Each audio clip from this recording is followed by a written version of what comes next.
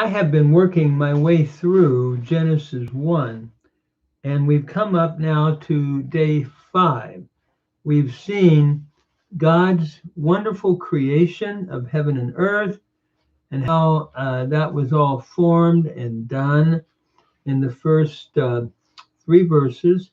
We've seen the creation of the light holders on day 4, the sun, the moon, and the stars, and the statement that the text is making against the polytheism of that day.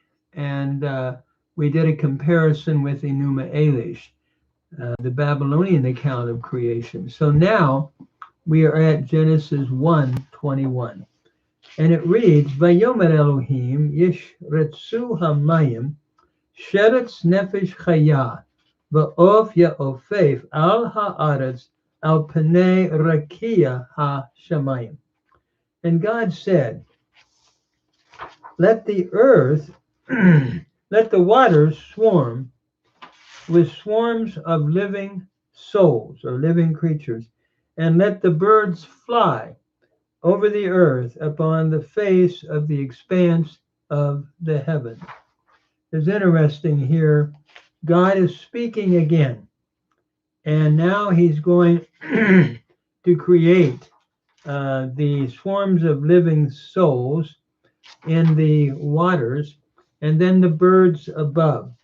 The beautiful alliteration in Hebrew, of ya'ofef, that is the winged creatures that fly, speaking of the birds. So then we have this dual creation on day 5, followed then in verse 21 by talking about the sea monsters.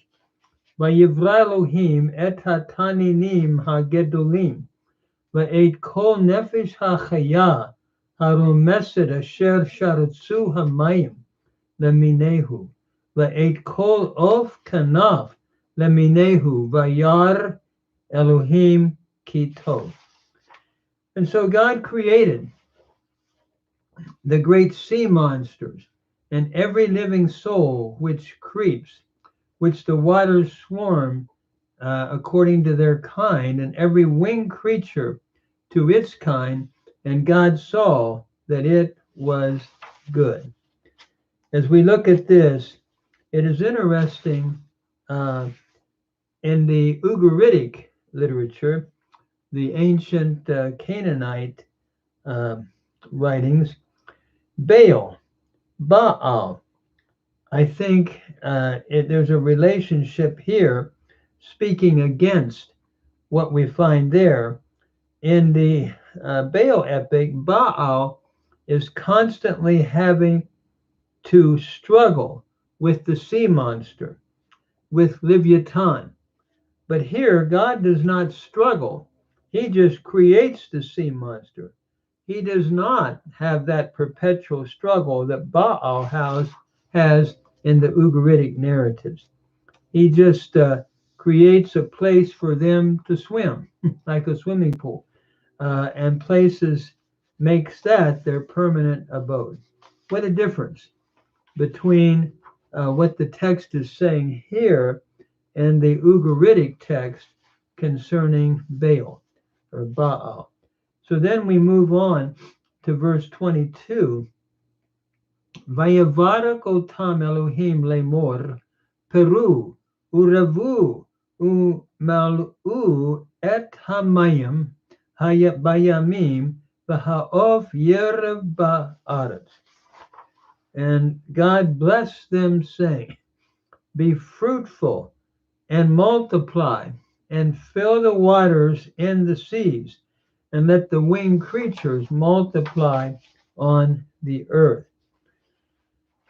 Notice here, the lesser is blessed by the greater all the way through.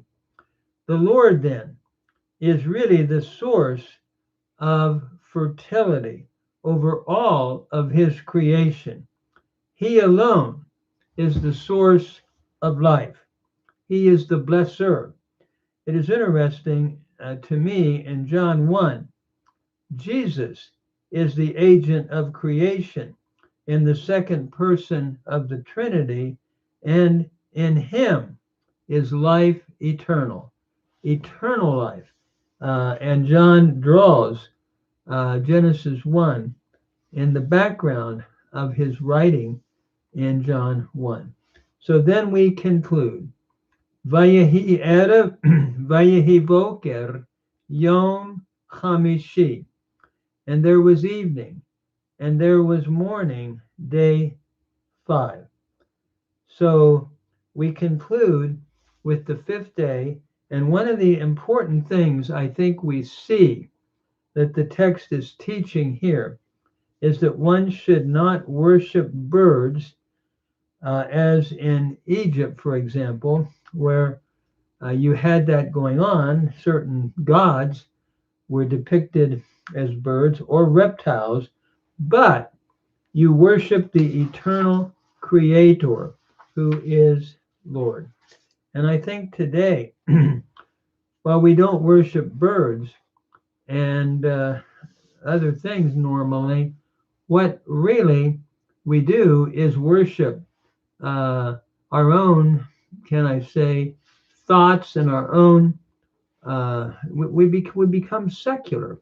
And really, instead of worshiping the Creator, we worship humanity. And as a large, sort of a large statement I'm making here, but I think that's what's going on. And so God alone has blessed everything with life, and he then is the one that we should be worshiping.